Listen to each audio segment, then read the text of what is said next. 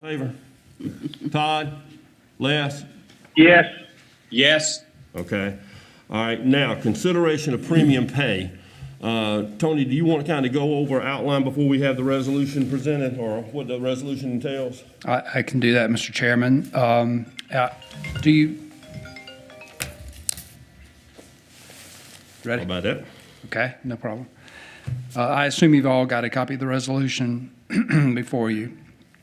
And this is based on discussions that we've had over the last couple of weeks, I guess, off and on, about how we would implement the premium pay, what the parameters would be, and so forth. And a big factor in developing this proposal was what the city of Newberry did. Of course, we mirrored this very closely, almost identical to the city and its implementation. So and if you have any questions while I'm going through this, please stop me, and I'll try and answer those, or we can discuss them. But just to kind of summarize what we've got here in the resolution, the very first bullet you'll see under the standard language at the top of the resolution is the time frame that we're looking at. The time frame, and again, this mirrors what the city did, and it goes from April of 2020 to April of 2021. So that year period, which is the period most recognized as the peak period of the pandemic, if you want to call it that. That second bullet on the resolution, which is headed, the qualifying individual's premium pay will be based on the following tiers. These, again, are the tiers, two things, the tiers that we have discussed over the last couple of weeks, and also the tiers that the city of Newberry is using, with the exception of that very last sub-bullet where we've got volunteers. The city did not, at least at this point, did not include volunteers or part-timers in their tiers to be paid. But the first bullet, the first sub-bullet, the $2,500 for the first responders, basically, and the $1,500 for the other, what I'm calling admin or more admin personnel, would be exactly as the city of Newberry has distributed theirs. Then the next bullet, and I think we've had this discussion to some extent, maybe not in depth, but that next bullet sets an amount of $69,345, which is a threshold above which anyone getting the premium pay above that amount under the ARPA interim regulations, there has to be an individual justification as to why that employee should be paid. So it doesn't mean they can't get paid. It just simply means that we'll need to get from the department director, the respective department director, a written letter of justification as to why those employees deserve or qualify, if you will, for the premium pay. And then still would have to be council approved after that. I'm sorry? It would still have to be council approved after that. No. This resolution will approve that. Right. If you approve it today, the resolution, then as we process the checks and get them ready to distribute, we will request from the department directors that they give us those letters prior to the employees being paid. Okay. Then the next bullet in the resolution, the premium pay will be taxed. Basically, it'll be taxed just like a regular check. Again, this is patterned after the city of Newberry. This is what they did with their checks. And by the way, I think their checks went out today to their employees, the cities did. And then the final bullet simply says that the funding for this is coming from the ARPA funds that we've gotten. If there are any questions, Mr. Chairman, members of council, I'm happy to answer those or talk through anything in more detail if you want. My video may have glitched, but I didn't hear the volunteer portion in there.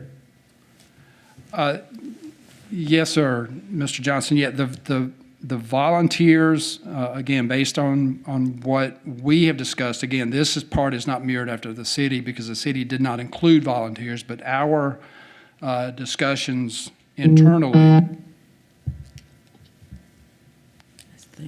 our internal discussions have gotten us to the point where we're giving $1,000 per volunteer, that's fire rescue, hazmat, and what qualifies them to get that would be that certification that I think many of our volunteers currently have that give them that annual pension that they get currently.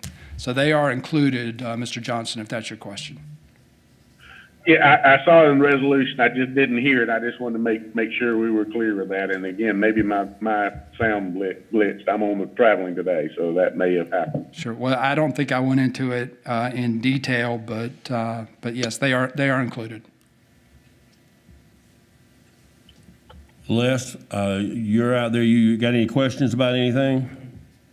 No, this looks like Tony and the staff have done a good job of being consistent pretty much with the other employees with the city and as well as our county employees and maybe some other municipality employees. So it looks like I really don't have any questions here.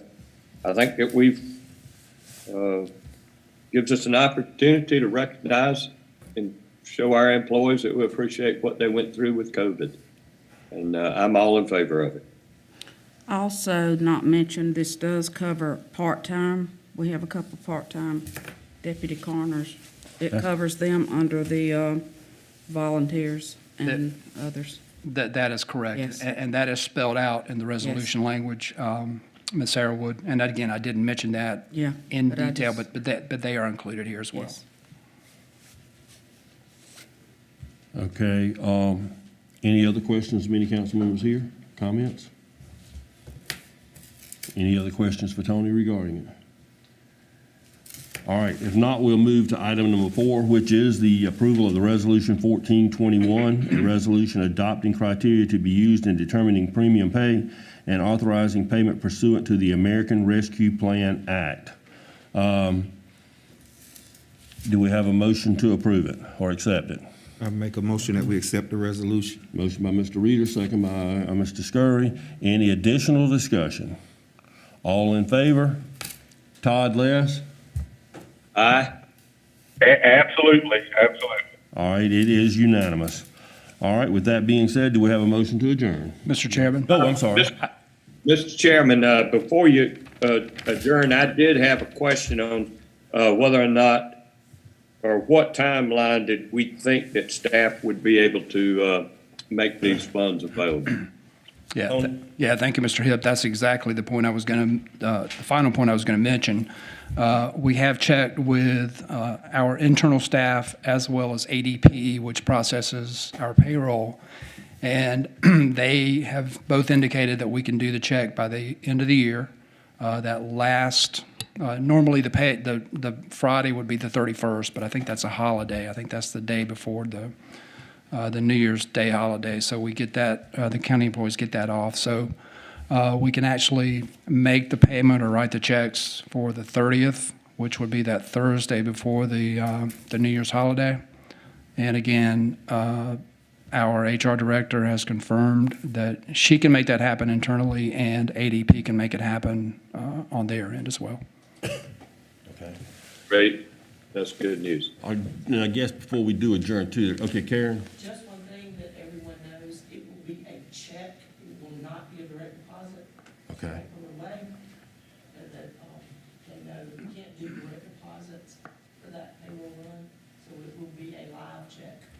All right, department heads, see we got a couple of you here, elected officials, et cetera. Just make sure that your employees know it will be a check then, because that don't throw it away. Whatnot. And I think there was a question about whether it would include elected officials. It will include elected officials, except council members. Council members will not be. receiving any of this. So I don't want any misnomers getting out. I want to just give appreciation. Obviously, it is not enough to truly compensate everything that you have done and all. If we did that, we wouldn't have enough money to do it. But thank y'all again, and I hope this is a little token of appreciation out of that money. And thanks again for the hard work. Merry Christmas to everybody.